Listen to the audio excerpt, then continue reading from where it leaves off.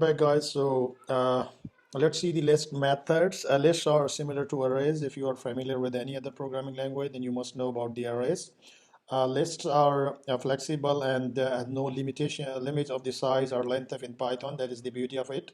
So let's create the list, my list, and here we go. And we can create the um, list of integers like this. And now this is the new list.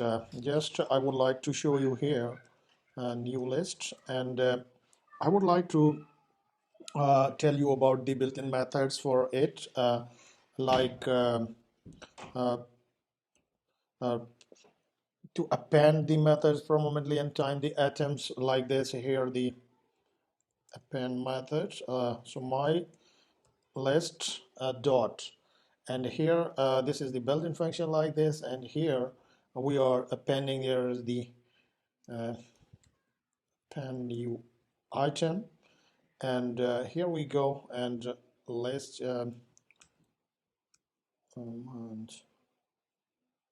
if you enter here the my list and execute run all, then you see here the append new appended item appended into init.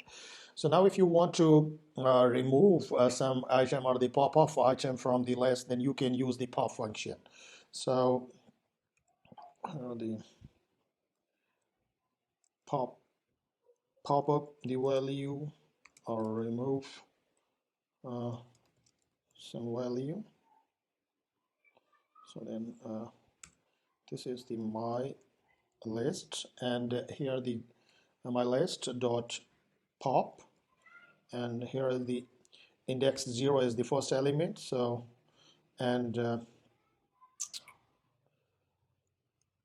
here if we see here, this is the pop item. One item is popped from this, and then my list. If we run this now, the one is not in this list.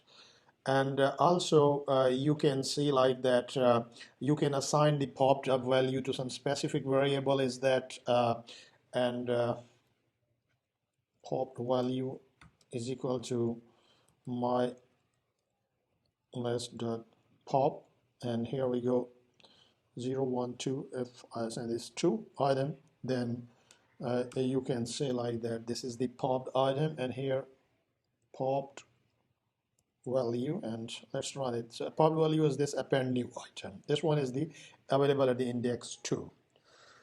So uh, sometimes when we provide the list indexing to out of range, this is the common error. If like this my list, and I put it here the 200 or 2000 in it, and let's run and see. So this is the list index out of range.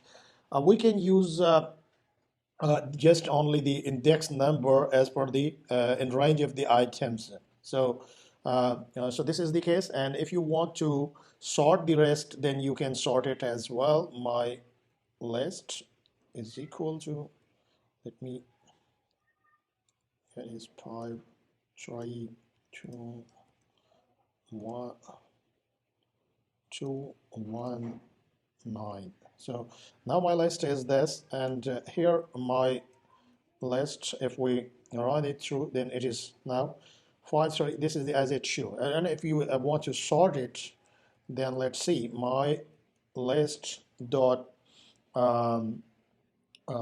you can say like that the reverse, or you can say like that the reverse. Here we go.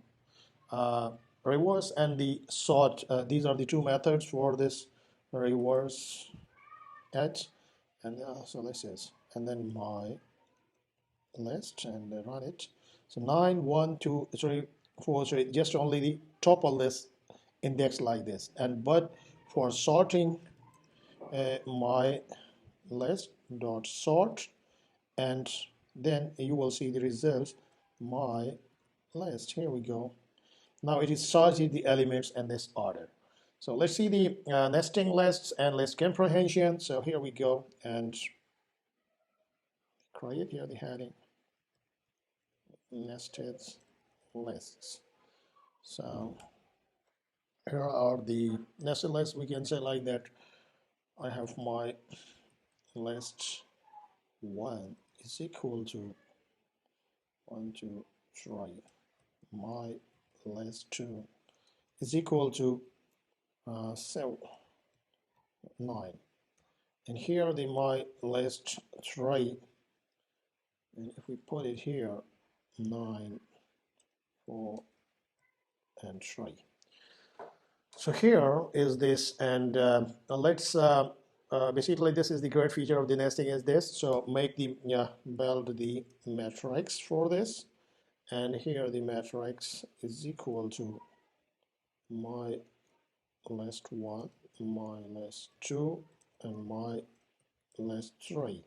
Here we go, and if we show this matrix, then how it looks like this. This looks like this way. So now we can again use the indexing to grab the elements, but there are the two levels of the index, the items in the matrix object and then the item inside the list. So here the first grab the item from list. First grab item from matrix. So here matrix, and if we put here the 0, the index for this, then we will get this. And now if you want to grab the item from the matrix first and the first list, grab item from matrix and list.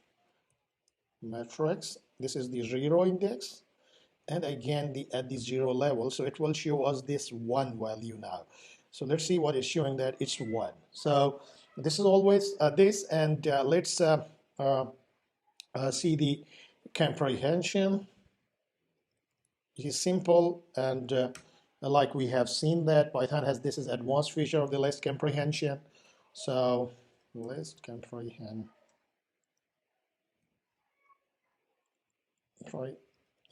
is advanced feature, and this is the quick construction and understanding the we need to understand the loops and other things. Later we will do that, but I want to show you the example for this. Like first column is equal to we can say like that. Here we go, row 0 for row in matrix we define above. So and now we need to just print it. It will look at the invalid length. The comprehension is advanced. Okay, yeah, just a minute. Okay, so here we go. So 1, 5, 9. So this is the 1, 5, and the 9. These are the row 1 and first column of the first row. So this is the using of the list comprehension. So thank you guys.